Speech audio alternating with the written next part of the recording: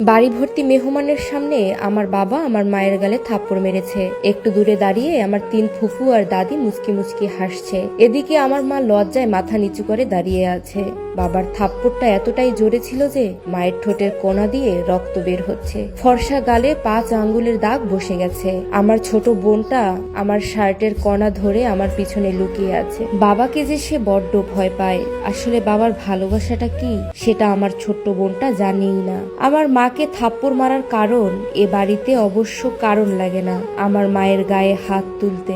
আজকে আমার ফুফাতো বোন রুমা তার জন্মদিন উপলক্ষে মুরগির ঝাল তরকারি খেতে চেয়েছিল, যদিও আমার দাদিমাকে তা জানাতে ভুলে গিয়েছিলেন, যেটা সে এখন অস্বীকার করেছে। অন্যদিকে আমার বোন মিহা বেশ কিছুদিন ধরে রোস্ট খাবার বাহানা করছে, কিন্তু দাদি অনুমতি দেয়নি বিধায় মা রান্না করতে পারেনি। তার কথায় মিহা এমন কেউ না যে যার কথায় বাসায় রোস্ট রান্না করতে হবে, কিন্তু আজ যেহেতু সুযোগ ছিল তাই সে মিহার পছন্দের রোস্ট রেঁধেছিল। আর সেটা নিয়েই অনুষ্ঠানের মাঝেই দাদি আর ফুপিরা মিলে বাবার কান ভারী করলো। মা নাকি ইচ্ছা করে মুরগির ঝাল ফ্রাই না রেঁধে রোস্ট রেঁধেছে। মা নাকি ফুপিদের হিংসে করে, আরো কত কি। বাসা ভর্তি মেহমানের সামনেই আমার দাদি মাটিতে বসে কাঁদতে লাগলো, বিলাপ করে বলতে লাগলো যে আমার মা নাকি তার সেবা যত্ন করে না, ফুপিদের হিংসা করে, সারাদিন ঘরে বসে ফোন চালায়, আরো কত কি।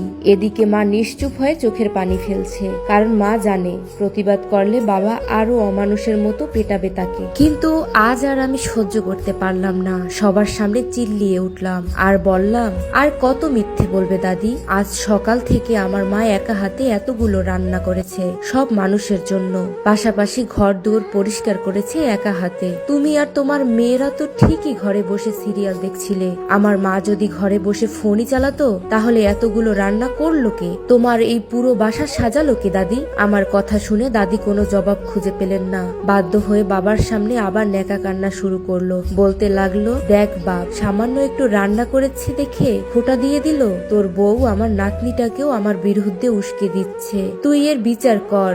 ছোট মানুষ হয়ে কিভাবে আমার মুখে মুখে তর্ক করছে। এবার আমার দিকে রাগী কণ্ঠে বলল, সাজ্জাদ, বড়দের মাঝখানে কথা বলতে এসো না। আমাকে রাগানোর ফল কিন্তু ভালো হবে না। কি করবে তুমি? হ্যাঁ, কি করবে? মারবে আমাকে যেভাবে আমার মাকে মারো তোমার মা আর বোনদের কথায়? আর পারোই বা কি তুমি? তুমি ভালো সন্তান আর ভাই হলেও ভালো স্বামী আর ভালো বাবা হতে পারোনি। অভিমানের সুরে বললাম আমি বাবাকে। বাবা রাগে আমার গালে থাপ্পড় বসিয়ে দিলেন, চেঁচিয়ে বললেন, এতগুলো মানুষের সামনে নিজের বাবার সাথে বেয়াদবি করতে লজ্জা করে না তোর? আমার খেয়ে আমাকেই তেজ দেখাস? না, করে না লজ্জা, যেমন তোমার করেনি লজ্জা এতগুলো মানুষের সামনে আমার মায়ের গায়ে হাত তুলতে। আর খাওয়ার খোটা দিচ্ছ?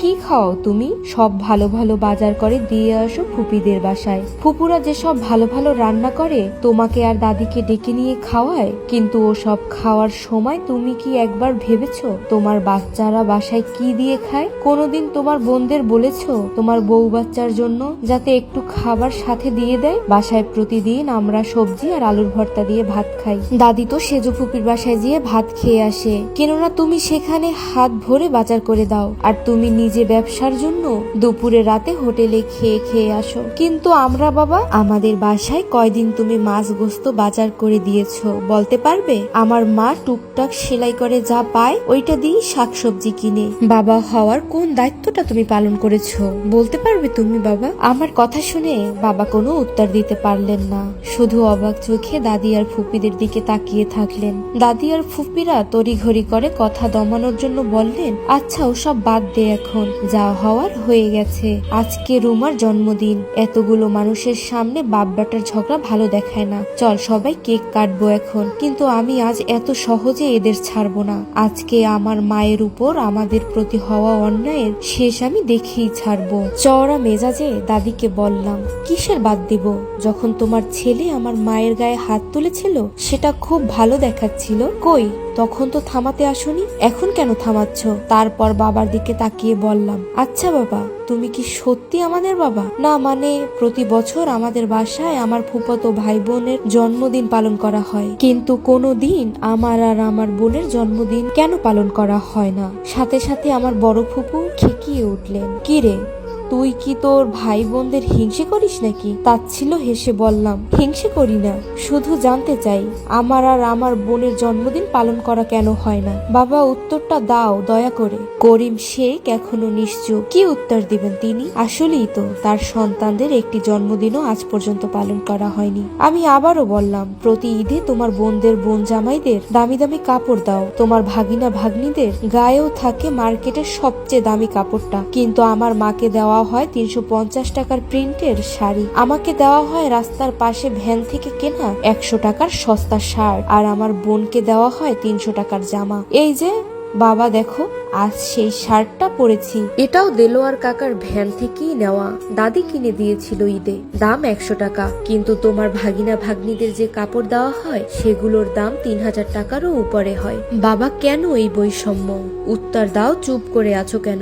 এদিকে রোকেয়া বেগম নাতির কথা শুনে রীতিমতো ঘামাচ্ছে। সে ঘটনাটা আবার ধামাচাপা দিতে নাটক শুরু করলেন। নাটক করে গিয়ে নীলুফার পায়ে পড়ে গেলেন, কাঁদতে কাঁদতে বললেন, এই নে তোর মায়ের পায়ে ধরলাম, তবু আমারে এমন বদনাম করিস না।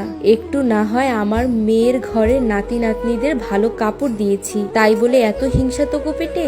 দাদির নাটক দেখে আমি আবার কিছু বলতে যাব, তার আগেই বাবা আমার গালে আরেকটা থাপ্পড় দিলেন। চেঁচিয়ে বললেন, ঘরে যাবে একদম। মায়ের দিকে তাকিয়ে বলল, এই শিক্ষা দিয়েছিস আমার বাচ্চাগুলোকে? সবাইকে অবাক করে দিয়ে মা প্রথমবারের মতো তাচ্ছিল্য হেসে বলল, আপনার বাচ্চারা আর ছোট নেই যে মুখ বুজে অন্যায় সহ্য করবে। আমার ছেলেটা সায়েন্স নিয়েছে এবার, কিন্তু ওকে একটাও টিউশনি নিয়ে দেইনি, এটা নাকি টাকা নষ্ট। কিন্তু আপনার ভাগিনা ভাগ্নিরা ঠিকই 4টা করে টিউশনিতে ঢুকেছে, যার টাকা আপনি দেন।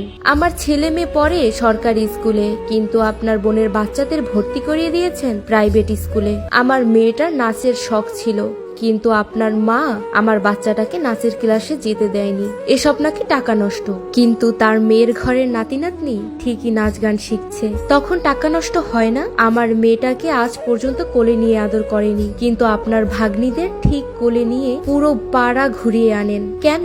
আমার মেয়েটার কি বাবার ভালোবাসা পাওয়ার অধিকার নেই? আসলে এত বছর মুখ বুজেছিলাম শুধু সন্তানগুলোর দিকে তাকিয়ে, যে তাদের বাবা ছাড়া করতে চাইনি, কিন্তু আজ নিজের সন্তানের মুখে অভিযোগগুলো শুনে নিজের মেয়ের মুখে ভয় দেখে বুঝতে পারলাম ওরা আসলে বাবা ছাড়াই সুখে থাকবে।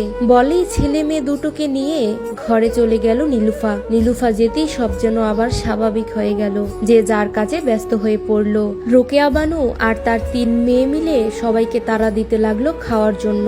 স্থির হতে পারল না করিম শেখ, সে যে বসে থাকলো কোনার চেয়ারে।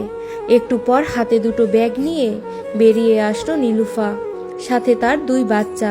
স্ত্রীকে এভাবে রাতে ব্যাগ হাতে বেরিয়ে পড়তে দেখে অবাক হলেন করিম শেখ। এগিয়ে এসে নীলুফারের হাত ধরে সে বলল, এই রাতে এসব কেন? নতুন নাটক শুরু করলে? নাটক না, বাচ্চাদের একটা সুন্দর জীবন দেওয়ার চেষ্টা করছি, কারণ এ বাড়িতে তা সম্ভব নয়, তাদের বাবা থেকেও না থাকার মতো। বাবা উঠে বলল, যা বলছো ভেবে বলছো তো? এ বাড়ির চৌকাট পার করলে আর ঢোকার অনুমতি পাবে না। এটাই তো চাই। 16 বছর সহ্য করেছি, তবে আর নয়, এবার মুক্তি চাই।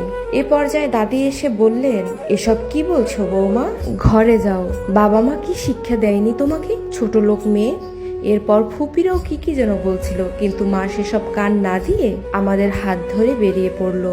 রিকশায় বসে আলগোছে মায়ের মুখের দিকে তাকালাম, দেখলাম তার মুখে মুক্তির হাসি, আত্মবিশ্বাসের হাসি, আত্মসম্মানের হাসি।